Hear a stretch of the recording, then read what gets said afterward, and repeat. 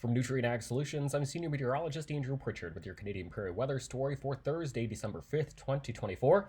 Apologize, I'm coming to you a day late, and it's going to be a bit of a brief update here today. Reason being, I was traveling yesterday, had about a 9-10 hour drive from Illinois to Sioux Falls, South Dakota.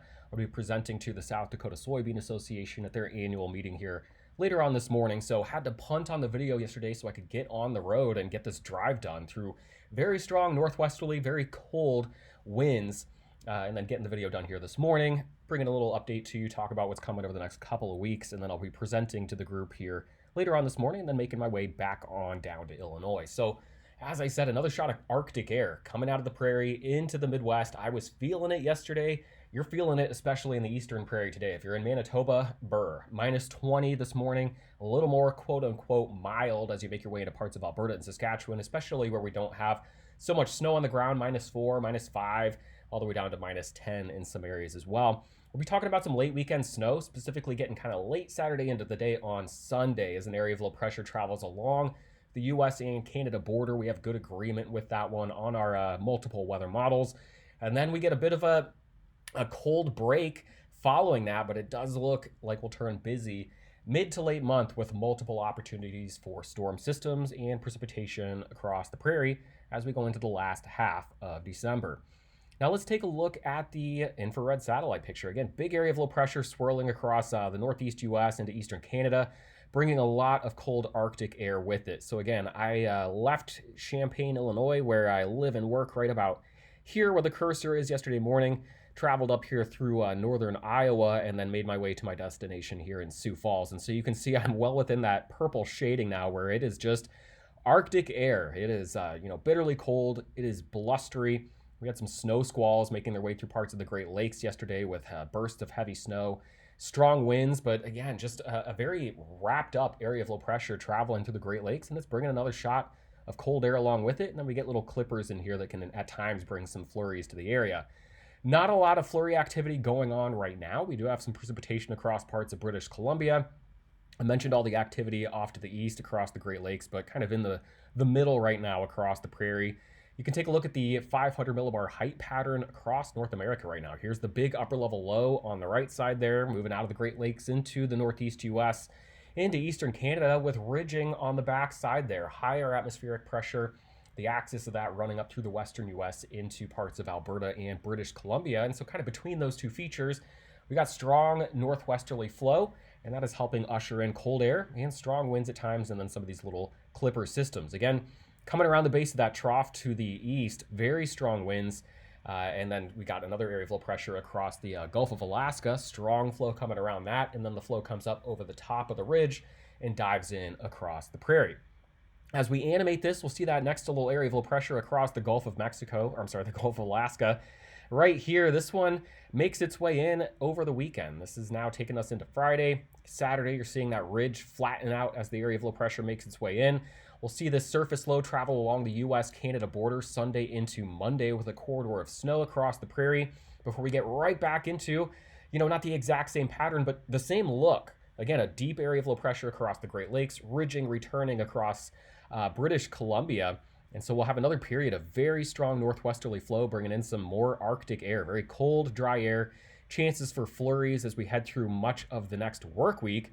And then here comes the next round. We kind of amplify this trough here. We're getting additional disturbances coming in here. Again, kind of getting rid of the big ridge that had been there, at least temporarily, allowing some of these systems to sneak in. Now, exactly how this happens, we're getting out to kind of 12 to 15 days into the future with a pattern that's pretty volatile and loaded with multiple pieces. So let's take this as clues as to where the pattern's going, and then we'll talk about specifics with this one when we talk again next week.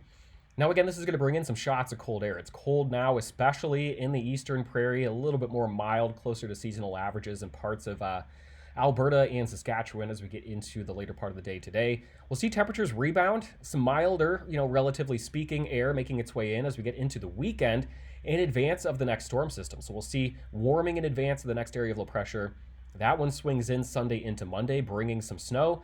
And then on the back side of that, as I showed you, we get that pattern back, ridge west, trough east, northwesterly flow, bringing in another shot of Arctic air to the prairie as we get into the middle and later part of next week. Now, again, let's look at the precipitation here. Quiet for the next few days. We've just seen this area of low pressure pass through. Can't rule out a couple snowflakes in some areas here, maybe some flurries, but really the bigger story comes in late in the weekend. So a little disturbance here could bring some snow to parts of Manitoba, likely north of the Prairie on Saturday. This will be Friday night into Saturday, maybe some slick spots there near Highway 16, but the bigger disturbance emerges here on Sunday. As we get going Sunday, maybe a wintry mix early on, but I do think we'll get a corridor of some heavier snow here, especially with that cold air coming in on the backside. By the time we get to Sunday afternoon, I think we'll switch things over to all snow. And then this area of low pressure kind of wraps up, moves into the Great Lakes as we get into early next week. A lot of flurry activity coming in on the backside. So it's going to be cold. You'll still have snowflakes flying, likely blustery at times, but the heavier accumulation occurs on Sunday and Monday. I mentioned here good agreement, European on the left, GFS on the right. Both of these have this area of low pressure essentially in the same spot. So this is really remarkably good agreement. Makes me feel confident in saying a lot of you are going to see some snow flying on Sunday, and we should see some accumulation out of that. Now, as that area of low pressure gets out of here, again, higher pressure comes in on the backside. We'll quiet the pattern down. Flurries, very cold as we head into next week. You know, maybe at times if we get the right flow, again, clockwise flow coming around this area of low pressure, we could get some enhancement there with the terrain.